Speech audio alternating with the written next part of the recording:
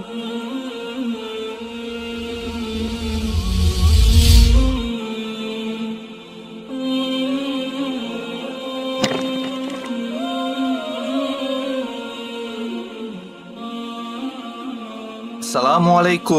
warahmatullahi wabarakatuh.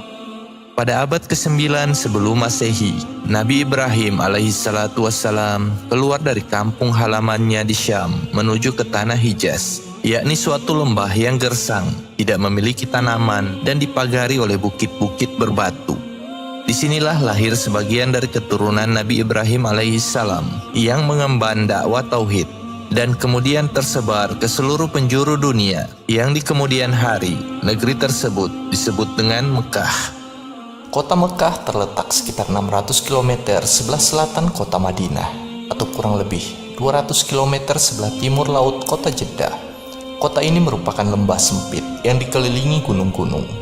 Ada dua gunung yang mengelilingi kota Mekah, yaitu Gunung Abi Kubais dan Gunung Qaqqaan. Memang Mekah adalah daerah yang gersang, tidak memiliki tumbuhan, cuaca yang terik dengan curah hujan yang rendah. Namun daerah ini memiliki tempat tersendiri di hati umat Islam. Wilayah ini dan penduduknya senantiasa dirindukan oleh hati-hati orang yang beriman. Yang demikian merupakan berkah dari doa Nabi Ibrahim yang Allah abadikan dalam firman-Nya. Rabbana inni askantu min ذريتي بواد غير ذي زرع عند بيتك المحرم ربنا ليقيموا الصلاة فاجعل أفئدة من الناس تهوي إليهم وارزقهم من الثمرات لعلهم يشكرون. Ya Tuhan kami, sesungguhnya aku telah menempatkan sebahagian keturunanku di lembah yang tidak mempunyai tanaman-tanaman di dekat rumah Engkau yang dihormati.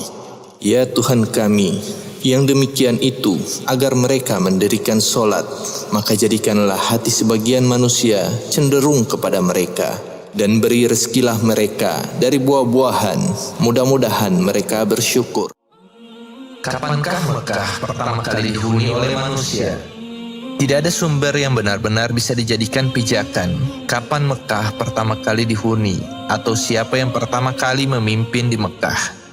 Oleh karena itu, sejarawan berbeda pendapat dalam masalah ini. Ada yang mengatakan penghuni pertama Mekah adalah Nabi Ibrahim alaihissalam. Alasannya yang pertama, dalam doa Nabi Ibrahim di atas, beliau tidak menyebutkan balad atau negeri, tetapi disebut dengan wadi atau lembah.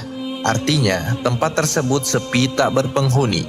Yang kedua, tidak ada ayat-ayat atau hadis-hadis yang sahih menjelaskan atau mengisyaratkan tentang kisah Mekah sebelum kedatangan Nabi Ibrahim. Ketiga, tidak ada syariat mensucikan Ka'bah dan menjadikan Mekah sebagai tanah haram, serta menyeru manusia untuk mendatanginya, kecuali setelah Nabi Ibrahim meninggali tempat tersebut. Pendapat yang lain menyatakan bahwa sejarah Mekah tidak hanya dimulai pada masa Nabi Ibrahim atau Nabi dan Rasul sebelum beliau. Bahkan sejarah Mekah telah ada sejak zaman Nabi Adam alaihissalam.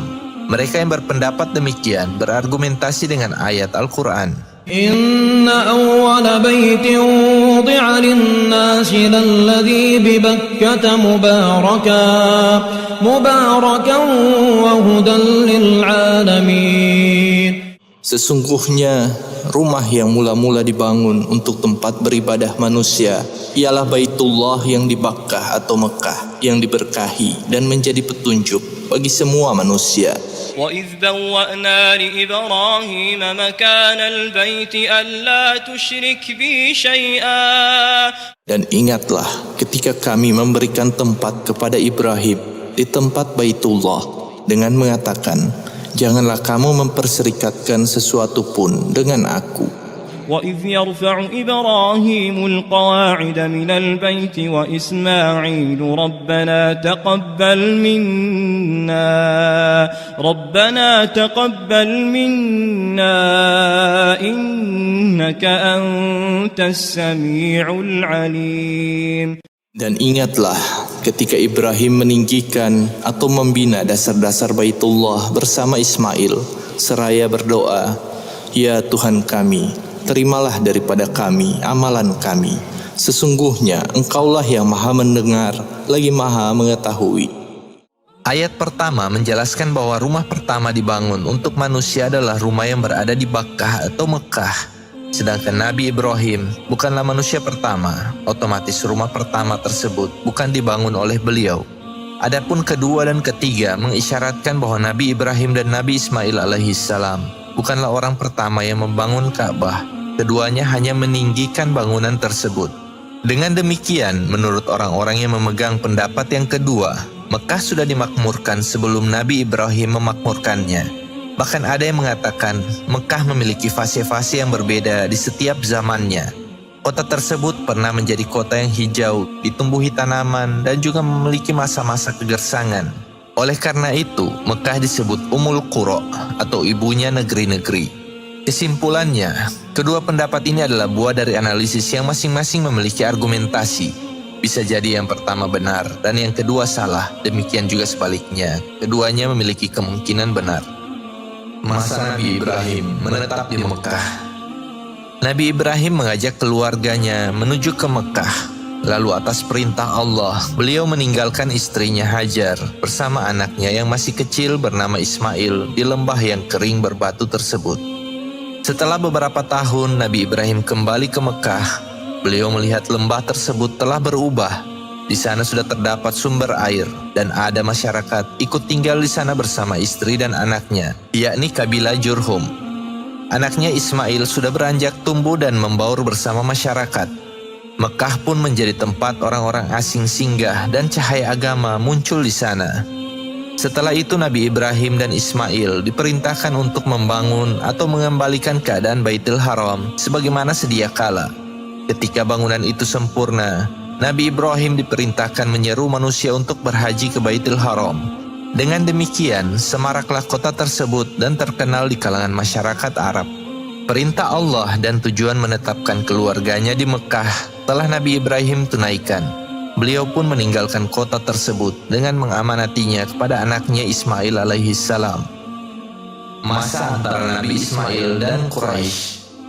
Nabi Ismail alaihissalam hidup selama 130 tahun. Dalam riwayat lain menyebutkan 137 tahun. Dalam rentang waktu 1 abad tersebut, beliau mengalami 2 kali pernikahan. Istri pertama dari kabilah Qaturo dan yang kedua dari Jurhum. Ayahnya Nabi Ibrahim alaihissalam pernah datang ke rumah Nabi Ismail di Hijaz. Akan tetapi mereka belum berjumpa pada saat itu. Nabi Ibrahim hanya berjumpa dengan istri dari anaknya ini. Beliau mendengar banyak keluhan dari sang menantu. Akhirnya Nabi Ibrahim memerintahkan putranya Ismail alaihissalam untuk menceraikan istrinya. Lalu menikahlah Nabi Ismail dengan wanita dari kabilah Jurhum. Nabi Ismail dianugerahi 12 orang anak, buah dari pernikahannya dengan wanita Jurhum. Anak-anak Nabi Ismail ditugasi untuk merawat Ka'bah, mengajarkan manasik haji dan mendidik para jemaah haji dengan ajaran tauhid.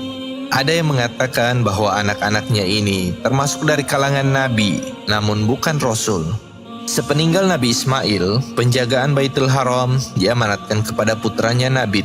Setelah itu, para sejarawan berselisih pendapat apakah Nabit menguasai daerah ini hingga wafatnya atau ia serahkan kepada paman-pamannya dari kabilah Jurhum.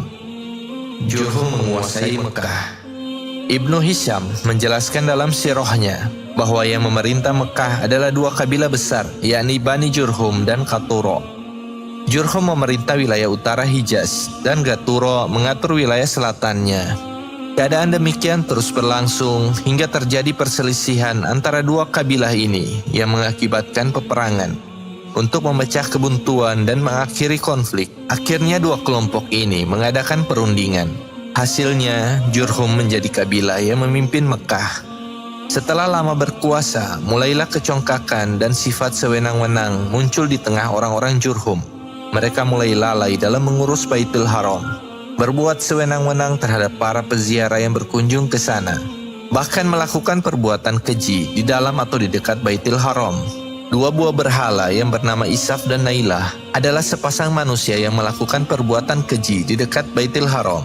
Walaupun kisah mereka diriwayatkan dari tukang cerita, akan tetapi setidaknya hal itu menggambarkan situasi masyarakat Mekah saat itu. Jurhum diusir dan Quza'ah berkuasa. Berita-berita tentang kezoliman yang dilakukan oleh kabilah Jurhum membuat kabilah-kabilah lainnya pun mulai meresponnya. Lalu berserikatlah Bani Abdu Manat dengan Quza'ah untuk menggulingkan Jurhum dari tahta mereka. Peperangan pun tak dapat dielakkan lagi. Jurhum tak mampu mengatasi sekutu Bani Abdu Manat dan Quza'ah. Akhirnya mereka pun terusir dari Mekah setelah mendiami tempat tersebut selama beberapa generasi. Setelah kepergian Jurhum, kekuasaan Mekah dipegang oleh kabilah Quza'ah. Ada yang menyatakan Quza'ah berkuasa di Mekah selama 500 tahun. Ada pula yang menyatakan bahwa 800 tahun. Allahu a'lam, berapa tahun pastinya kabilah ini memegang tanggung jawab atas Baitul Haram. Salah seorang tokoh Quza'ah yang paling terkenal adalah Amr bin Luhai al-Quza'i. Amr adalah orang pertama yang membawa berhala-berhala menuju Baitul Haram dan mengubah agama Tauhid yang dibawa oleh Nabi Ibrahim dan Ismail. Rasulullah Muhammad SAW bersabda tentang Amr bin Luhai, "Aku melihat Amr bin Luhai mengeluarkan ususnya di neraka, dan ia adalah orang pertama yang membuat-buat ajaran Al-Sayyib.